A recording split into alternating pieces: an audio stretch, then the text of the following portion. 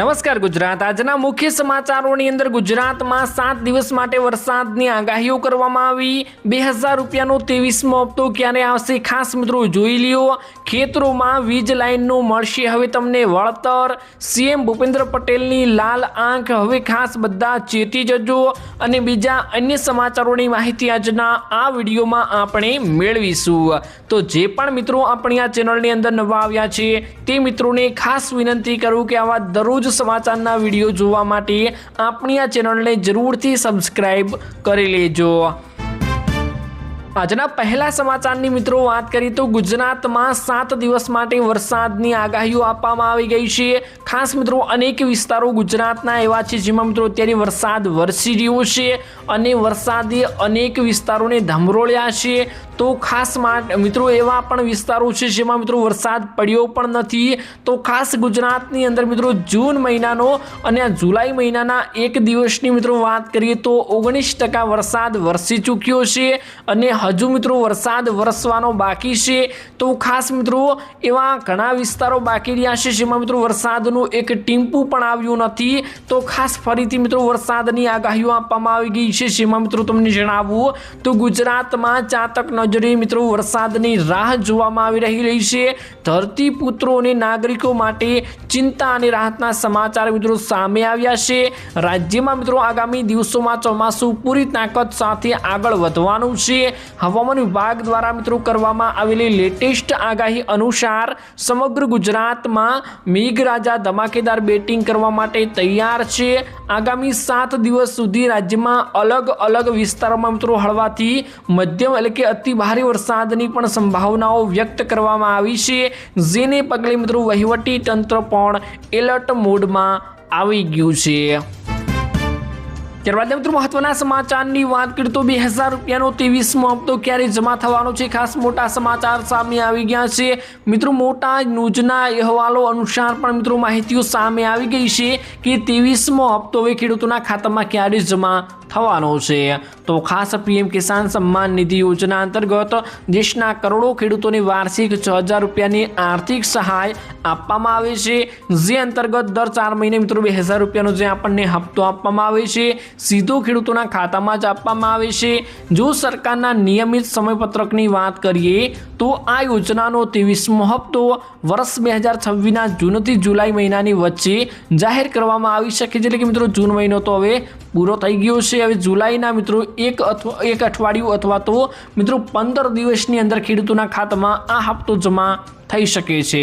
અને ખાસ મિત્રો તમને જણાવવાની વાત એ કે સરકાર દ્વારા હજુ સુધી આની કોઈ સત્તાવાર જાહેરાત કરવામાં આવી નથી, એટલે કે તારીખ આપવામાં આવી નથી, પરંતુ ખેડૂતોને આ હપ્તો મેળવવા માટે પોતાનું KYC કરાવવા માટે જરૂરથી કહેવામાં આવી રહ્યું છે અને બેંક ખાતાની વિગતો ચકાસી લેવાની જરૂર છે, જેની મિત્રો છેલ્લી ઘડીઓ હવે ટૂંકો સમયમાં આવી રહી છે। તો ખાસ બધા મિત્રો KYC કરાવી લેજો અને બેંકની તપાસ મિત્રો કરાવી લેજો, બેંકમાં કોઈ પણ પ્રોબ્લેમ ના હોય।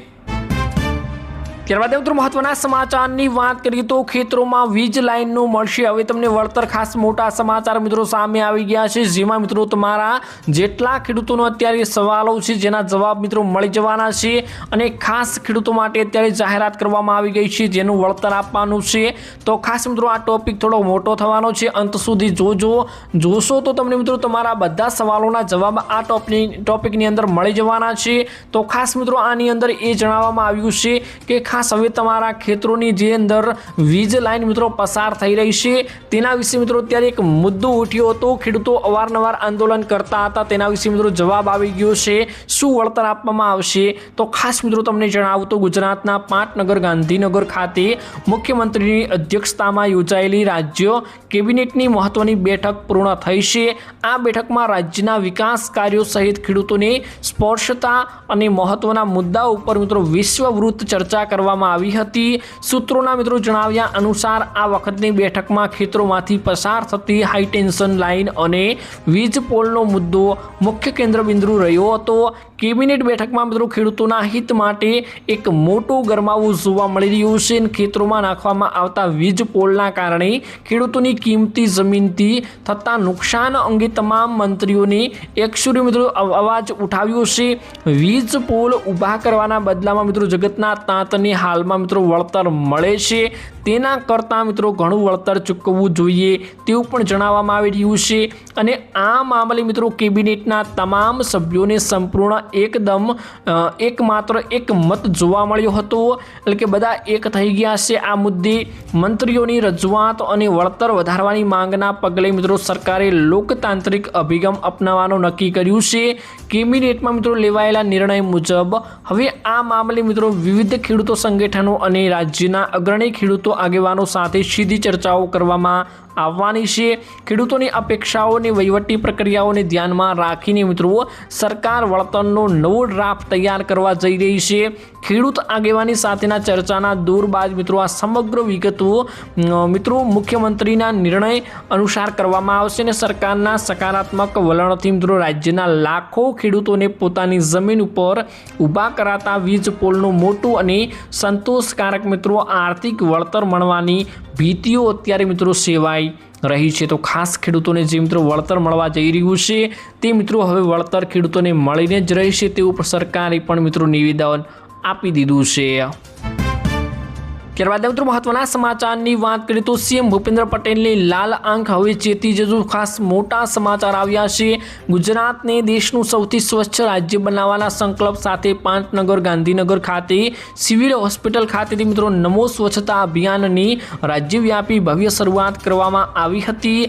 આ કાર્યક્રમ દરમિયાન મિત્રો મુખ્યમંત્રી ભૂપેન્દ્ર પટેલે જાહેર મંચ પરથી મિત્રો ગંદકી કરનારા તત્વો સામે અત્યાર સુધીની સૌથી કડક વલણ સીધી ચીમકી આપી છે। રસ્તાઓ કે જાહેર રસ્તાઓ અને સ્થળો ઉપર ગમે ત્યાં પાન મસાલાની પિચકારીઓ મારનારા લોકો સુધરી જજો, નહીતર આવા લોકો માટે કડક વલણ અને વ્યવસ્થા થવાની છે। દવા છે, ફૂડ પેકેટના બનાવનારાઓ છે, તેમના સામે પણ મિત્રો કડક વલણ અપનાવવામાં આવશે। તો ખાસ બધાની ચેતવણીઓ આપવામાં આવી ગઈ છે। ત્યારબાદ મિત્રો મહત્વના સમાચારની વાત કરીએ તો હવામાન વિભાગનું યલો એલર્ટ જાહેર કરવામાં આવ્યું છે। ગુજરાતમાં ચોમાસું પૂર બહારમાં ખીલ્યું છે અને મિત્રો રાજ્યમાં સાયક્લોનિક સર્ક્યુલેશનની સિસ્ટમ સક્રિય થવાના કારણે વહેલી સવારથી જ દક્ષિણ ગુજરાત, મધ્ય ગુજરાત અને સૌરાષ્ટ્રના વિવિધ ભાગોમાં મેઘરાજાએ ધમાકેદાર ઇનિંગ મિત્રો શરૂ કરી દીધી છે। હવામાન વિભાગના ડાયરેક્ટર અનુસાર મિત્રો મેનેજમેન્ટના તાજા અહેવાલો મુજબ રાજ્યના મિત્રો 24થી વધુ જિલ્લાઓમાં વરસાદી માહોલ જામ્યો છે અને તંત્ર દ્વારા મિત્રો એલર્ટ પણ જાહેર કરવામાં આવ્યું છે। છેલ્લા 24 કલાકમાં જ ગુજરાતમાં મિત્રો 72 જેટલા તાલુકાઓમાં નોંધપાત્ર વરસાદ ખાબક્યો છે। હવામાન વિભાગની મિત્રો તાજી ચેતવણી અનુસાર આગામી 2 થી 3 કલાકોમાં રાજ્યમાં અનેક જિલ્લાઓમાં ભારે વરસાદ પડવાનો છે। ત્યારબાદ મિત્રો મહત્વના સમાચારની વાત કરીએ તો ખેડૂતોને લોન માફીની આદત પડી ગઈ છે તેવું જણાવવામાં આવી રહ્યું છે। સરકાર સામે મિત્રો લોન માફીના મુદ્દાઓ જાય છે ત્યારે સરકાર એવું જણાવે છે કે ખેડૂતોને લોન માફીની આદત પડી ગઈ છે। મહારાષ્ટ્રમાં આ વર્ષે ભારે વરસાદ પડવાના કારણે ખેડૂતોને પાક ધોવાઈ ગયો છે અને ખેડૂતોનો સરકાર પાસે મદદની અપેક્ષા રાખીને બેઠા હતા। ખેડૂતો તરફથી લોન માફીની માંગણીઓ તીવ્ર બની છે। આ વચ્ચે રાજ્યના સહકાર પ્રધાન બાબાસાહેબ પાટીલે જાહેરમાં એક નિવેદન કરીને ચચકાર મચકાવી દીધો છે। તેમણે મિત્રો જળગાંવમાં મિત્રો આયોજન કરાયેલી જાહેર સભામાં લોકોને સંબોધતા કહ્યું હતું કે લોકોને હવે લોન માફીની આદત પડી ગઈ છે। અવારનવાર કંઈક થોડા ઘણું પણ નુકસાન આવે તો લોન માફી કરો તેવા મુદ્દાઓ ઉછાળવા લાગે છે। તો ખાસ આ ખેડૂતોની મોટી અને મહત્વની બાબત મિત્રો સામે આવી છે। તો ખાસ ખેડૂતો આના વિશે શું કહેવા માંગશો જરૂરથી જણાવજો। તો મળીશું મિત્રો એક નવા વિડીયોની સાથે। ત્યાં સુધી આજનો આ વિડીયો તમને સારો લાગ્યો હોય તો વિડીયોને લાઈક કરજો। ચેનલમાં નવા છો તો ચેનલને જરૂરથી સબસ્ક્રાઈબ કરી દેજો।